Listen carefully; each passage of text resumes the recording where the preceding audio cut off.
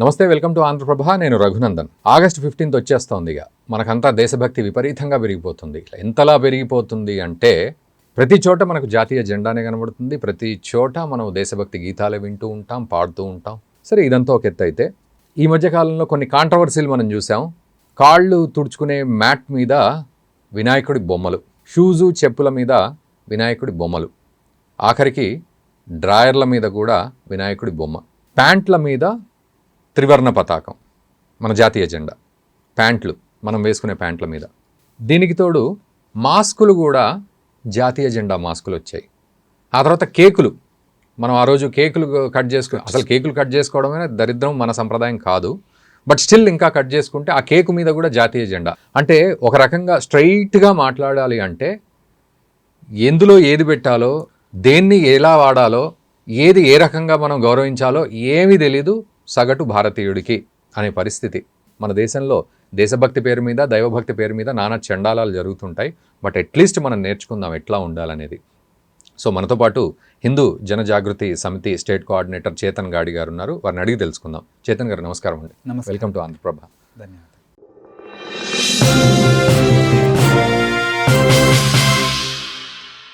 So నిజానికి నేను ఇందాక ఇంట్రొడక్షన్లోనే నా అక్కసంతా వెళ్ళగక్కున్నా. మన దేశంలో దైవ బలం అనే దైవుడి పేరు మీద, దేశం పేరు మీద నానా రకాల చండాలాలు చేస్తారండి. అది ఏందో అర్థం కాదు. మనం మళ్ళీ వేదాలు, పురాణాలు, శాస్త్రాలు అన్నీ మన వెనక ఉన్నాయని మనం ధైర్యంగా మాట్లాడతాం. బట్ పాటించేటప్పుడు కనీసం ఏది పాటించాలో, ఎట్లా పాటించాలో తెలీదు.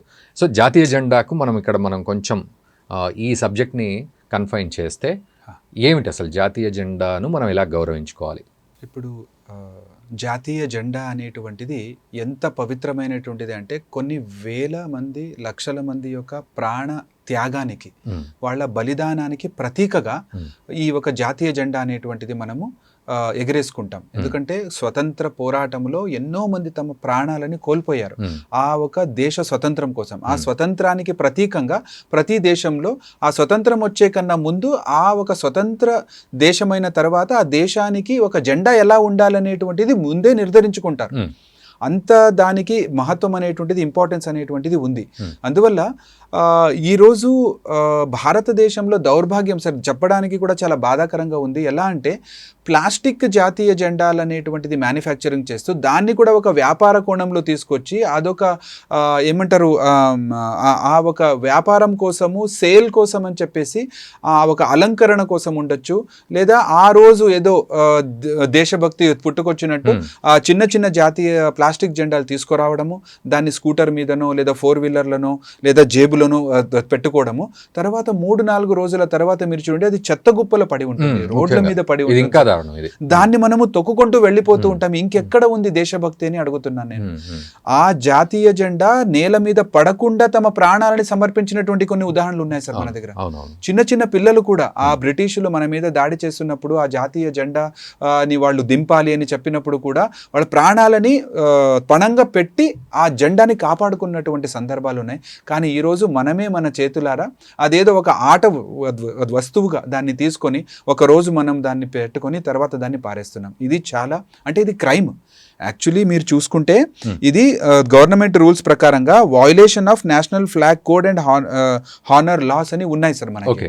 దాని ప్రకారంగా ప్లాస్టిక్ జాతీయ జెండాలు కానీ, కాగితంతో తయారు చేసేటువంటి జాతీయ జెండాలు కానీ ఇవన్నీ కూడా క్రైమ్ కింద వస్తుంది. ఎందుకంటే దాని తర్వాత అది డిస్రెస్పెక్ట్ అయిపోతుంది. కాబట్టి దాన్ని ఆ రకంగా వాడకూడదు. అది పర్టిక్యులర్ ప్లేస్లో ఉండాలి, పర్టిక్యులర్ హైట్లో ఉండాలి, క్లాత్దే ఉండాలి. ఇవన్నీ కూడా రూల్స్ అనేటువంటిది ఉంది. సో ఆ సందర్భంలో ఇప్పుడు మనం చూసుకుంటే the emblems and names prevention of improper use act 1950 section 2లో కూడా ఇది చెప్పారు. The prevention of insults to national honours act 1971 ఇందులో కూడా ఈ రకంగా మనము చేయకూడదని చెప్పి ఉంది. Provisions flag code of India 2002లో కూడా దీనికి డైరెక్షన్స్ ఇవ్వడం జరిగింది. అలాగే plastic waste management rules national లెవెల్లో ఒక రూల్స్ ఒకటి వాళ్ళు తీసుకొచ్చారు సార్. ఇందులో ఏం చెప్తున్నారంటే మీకు 1 జూలై 2002లో ఇది చెప్పడం జరిగింది. సింగిల్ యూజ్ ప్లాస్టిక్ అనేటువంటిది నేషనల్ ఫ్లాగ్స్ కోసము వాడకూడదు. అలాంటి national flags manufacturing, sale distribution, ఈ మూడు కూడా క్రైమ్ అని చెప్తున్నారు. సో వాళ్ళ మీద actually non bailable warrant issue చేయొచ్చు, నాన్ బెయిలబుల్ వారెంట్ చేసి వాళ్ళని జైల్లో పంపించాలి. 3 సంవత్సరాలు ఏమో దానికి శిక్ష కూడా ఉంది. కానీ అలా ఒక సందర్భం అన్నా ఉందా? మనము చూస్తున్నాం అన్ని చోట్లలో నేషనల్ ఫెస్టివల్స్ అంటే జనవరి 26 ఉండొచ్చు, లేదా August 15th ఉండొచ్చు, వస్తూ ఉంటే ఇమీడియట్గా మీకు ఈ ఫ్లాగ్స్ అనేటువంటిది అన్ని రకాలుగా అవైలబుల్ ఉంటున్నాయి. ప్రొడక్షన్ అన్ని మెటీరియల్స్ ఉంటున్నాయి, అన్ని మెటీరియల్స్ ఉంటున్నాయి, పేపర్ కానీ, ప్లాస్టిక్ కానీ, క్లాత్ కానీ. సో ఈ సందర్భంలో హిందూ జనజాగృతి సమితి ద్వారా ఒక సురాజ్య అభియాన్ అనేటువంటిది మేము ప్రారంభం చేశాము. గత 15 సంవత్సరాల నుండి ఈ గవర్నమెంట్కి మేము మెమరాండం ఇస్తున్నాం. తెలంగాణ గవర్నమెంట్ నుండి కూడా క్లియర్ ఆర్డర్ ఉంది సార్. మేము ముంబై హైకోర్టులో పబ్లిక్ ఇంట్రెస్ట్ లిటిగేషన్ ఫైల్ చేశాం. ఈ రకంగా నేషనల్ ఫ్లాగ్ ప్లాస్టిక్ది ఉండకూడదు, డైరెక్షన్స్ ఇవ్వండి అంటే అవును నిజమే అని చెప్పేసి అన్ని స్టేట్స్కి అది డైరెక్షన్స్ ఇచ్చింది. అది మేము తీసుకెళ్ళి ఇక్కడ ఇస్తే వీళ్ళు అవును ఇది నిజమే అని చెప్పేసి అందరూ కలెక్టర్స్కి అది డైరెక్షన్స్ ఇచ్చారు. అంతే, డైరెక్షన్స్ ఇవ్వడం వరకు మాత్రమే. కానీ ఇప్పటి వరకు ఇంప్లిమెంటేషన్ లెవెల్లో ఏమీ జరగలేదు. తెలంగాణ పొల్యూషన్ కంట్రోల్ బోర్డ్ అని ఉంది. సో ప్లాస్టిక్ నుండి ఎంత పొల్యూషన్ అవుతుంది అనేది మనం చూస్తున్నాము. సో ఎందుకు national flags plastic the ban చేయట్లేదు మరి? ఇప్పటి వరకు మ్యానుఫ్యాక్చరింగ్ జరుగుతూనే ఉన్నాయి, సేల్స్ కూడా జరుగుతూనే ఉన్నాయి. సో అంటే మన దేశంలో మన స్టైల్ ఎట్లా ఉంటుందంటే తాగి అక్కడి నుంచి ఇంటికి కూడా పోవద్దు వాడు, ఈ లోపల డ్రంక్ అండ్ డ్రైవ్లో పట్టుకోవాలి.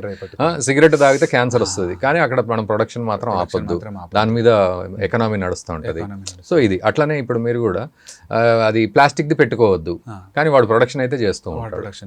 అక్కడ ఏ రకమైనటువంటి వాళ్ళకి ఇది లేదు అంటే నియమ నిబంధనలను వాళ్ళు ఇచ్చేస్తున్నారు కదా, కానీ వాళ్ళకు ఒక నోటీస్ ఇవ్వరు వీళ్ళు అలా మ్యానుఫ్యాక్చరింగ్ చేయకూడదు.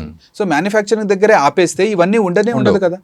ఇంకొకటి సార్, మేము education institutions DEO district education officer, mandal education officer వరకు వెళ్ళి మేము మెమరాండం ఇస్తున్నాము. కనీసం మీరు స్టూడెంట్స్కి చెప్పండి, ఈ రకంగా అలంకరణ కోసం కానీ లేదా మీరు ప్లాస్టిక్ జాతీయ జెండాలు అనేటువంటిది జేబులో పెట్టుకోవడం ఇవన్నీ చేయకండి. ఇది నిజమైనటువంటి దేశభక్తి కాదు.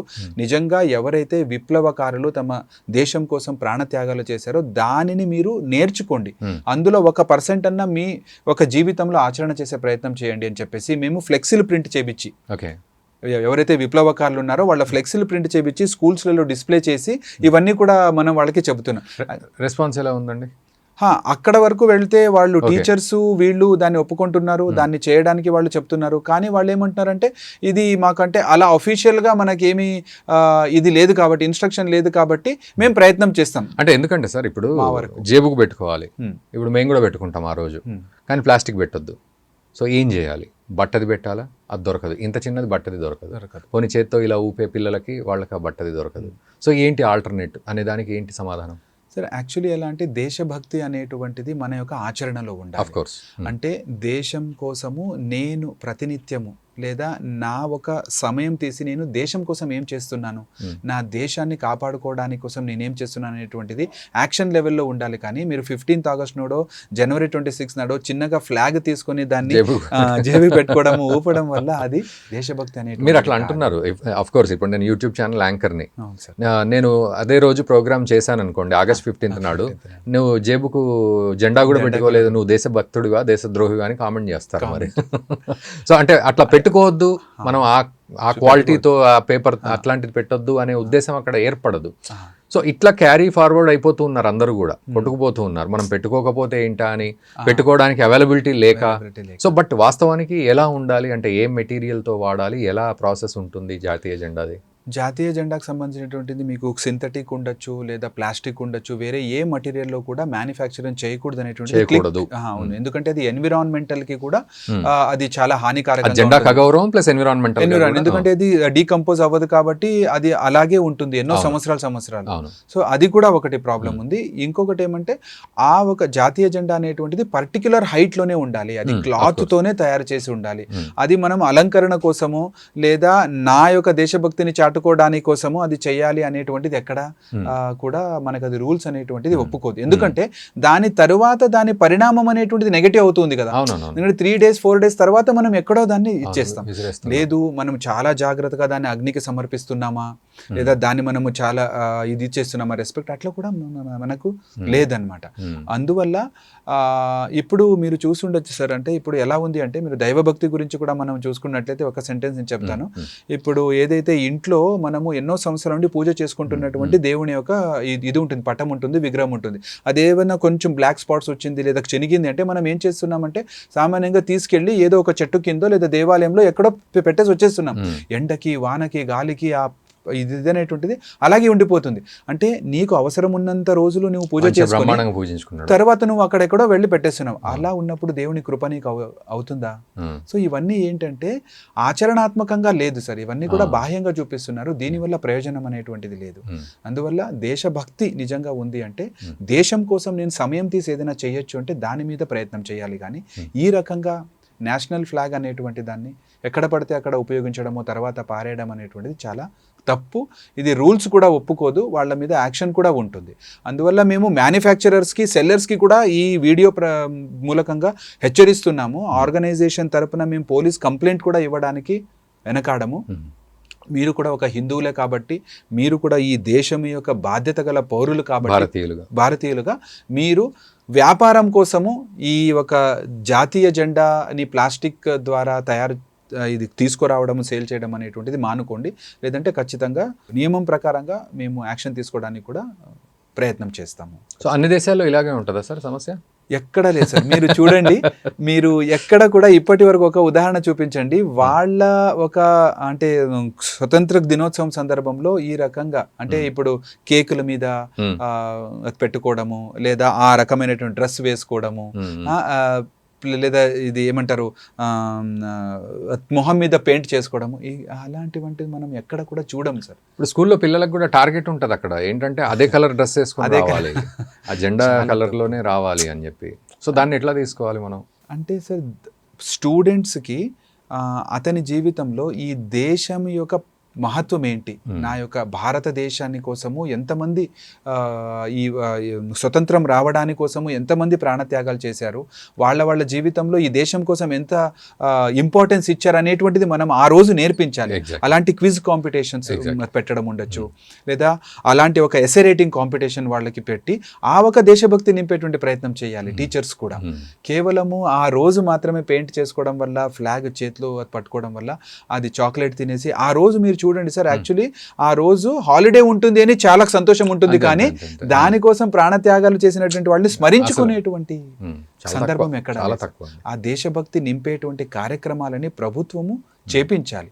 మనలాంటి ఎన్జిఓస్ని ఉపయోగించుకొని కార్యక్రమాలు చేపిస్తే అప్పుడు ఖచ్చితంగా స్వతంత్ర దినోత్సవం రోజు దేశభక్తిని పెంచేటువంటి అవకాశం ఉంటుంది. అలాంటి పిల్లలు కూడా తయారవుతారు. అది మనము చేయాల్సినటువంటి ప్రయత్నం అని మేము నమ్ముతున్నాం సార్. రైట్ సార్, చేతన్ గారు థ్యాంక్ యూ వెరీ మచ్, ధన్యవాదాలు. చాలా గొప్ప విషయం చెప్పారు. అండ్ జాతీయ జెండాను మనం ఎలా గౌరవించుకోవాలనే విషయాన్ని మంచి విషయంగా చెప్పారు. థ్యాంక్ యూ వెరీ మచ్ అండి. ఇది అందరూ పాటించాలని మేము కూడా కోరుకుంటున్నాం. మేము కూడా అంతే. దేశభక్తి అనేటువంటిది ఆచరణలో ఉండాలి. దాన్ని కేవలం ఆ రోజు మాత్రమే కాదు, ప్రతి నిత్యము దేశం కోసం నేనేం చేయాలనేటువంటిది ఆలోచించాల్సినటువంటి అవసరము ప్రతి ఒక్కరికి కూడా ఉంది ఈరోజు. ధన్యవాదాలు సార్. సో వ్యూవర్స్, మీకు ఇంకా కూడా కన్ఫ్యూజన్స్ ఉండుంటాయి. ఎందుకంటే సరే మరి ఆ రోజు ఏంటి బట్టది నాకు దొరకదు, ఏం చేయాలి నేను అని మీకు డౌట్ వస్తుంది. అట్లాంటివన్నీ కన్ఫ్యూజన్స్ ఉంటాయి. ఆ డౌట్స్ అన్ని కూడా మీరు కామెంట్ రూపంలో తెలియజేయండి. అట్ ద సేమ్ టైం మీకు ఇప్పటివరకు వచ్చిన క్లారిటీని కూడా కామెంట్ రూపంలో తెలియజేయండి. అంటే క్లాత్తో మాత్రమే తయారు చేయాలి, ఆ కాటన్ క్లాత్ ఉండాలి, ఈ ప్లాస్టిక్లు వాడొద్దు, ఏది పడితే అది మెటీరియల్ వాడొద్దు, సింథటిక్ వాడొద్దు అనేది అయితే మనకు తెలుస్తోంది. అట్ ది సేమ్ టైం మనం ఏదో జేబుకు పిన్నీసు పెట్టి సూది పెట్టి గుచ్చి హోల్డ్ చేసినంత మాత్రాన దేశభక్తి మనలో హోల్డ్ అవ్వదు. అది ప్రతిరోజు ప్రతి క్షణం మనం ఆలోచించాల్సిన బాధ్యత ఒక భారతీయుడిగా, ఒక మన దేశ పౌరుడిగా మనం ఆలోచించాల్సింది. సో వాటిని మనం నింపుకుందాం. సో అవన్నీ నింపుకుంటే ఇవన్నీ చిన్న చిన్నవిగా అవుతుంటాయి. ఈవెన్ స్కూల్స్లో కూడా అవే కలర్ డ్రెస్సులు వేసుకోవాలి, ఇలా పూసుకోవాలి, లేదా ఇలా అనుకోవాలి, జెండా బట్టి ఊపాలి, మీరంతా కూడా మేము ఇలా ఊపేస్తామంటూ చాలా చెప్తూ ఉంటారు. సో ఎక్కువ ఫోకస్ వాటి మీద అవ్వడం వల్ల అసలు జాతీయ భావాలంటే ఏంటి అనే టాపిక్ పక్కన పోతుంది. టీచర్లేమో పిల్లల్ని రెడీ చేసే దాంట్లో, ఈ ప్రోగ్రాంల కోసం రెడీ చేసే దాంట్లో బిజీ ఉంటారు. పిల్లలేమో పర్ఫామ్ చేసే డ్యాన్స్లు కానీ స్కిట్లలో బిజీ ఉంటారు. తల్లిదండ్రులు పిల్లలు ఎలా చేస్తున్నారు అని చప్పట్లు కొట్టి వీడియోలు తీసే దాంట్లో బిజీ ఉంటారు. ఈ అన్నిటి మధ్యలో దేశభక్తి అనే కాన్సెప్ట్ ఎంతవరకు ప్రజ్వలింపజేస్తున్నాం అనేది మనం ఆలోచించుకుందాం. And at the same time ఇట్లాంటి కొన్ని వెబ్సైట్స్ ఉన్నాయి, ప్లాట్ఫామ్స్ ఇట్లాంటి దేశభక్తి అనగానే వెంటనే వీడియోస్లో కూడా ఇప్పుడు మేము వేసే వీడియోస్లో కూడా మీరు చూడండి జాతీయ జెండా ప్యాంట్లు, జాతీయ జెండా కేకులు, మాస్కులు, ఇవన్నీ కూడా దౌర్భాగ్యమైన విషయాలు. ఇవన్నీ పాటించకండి, వీటన్నింటినీ ఖండించండి. దేశభక్తిని మన గుండెల్లో నింపుకొని అడుగులు వేద్దాం. ఒక భారతీయుడిగా మనం మన గర్వంగా మన దేశం యొక్క గొప్పతనాన్ని, ఔన్నత్యాన్ని ముందుకు తీసుకెళ్దాం. సో ఈ వీడియో మీకు ఎలా అనిపించిందో ఖచ్చితంగా కామెంట్ చేయండి. అండ్ ఈ వీడియోని 100% దయచేసి మీ మిత్రులందరికీ కూడా షేర్ చేయండి. Thank you very much.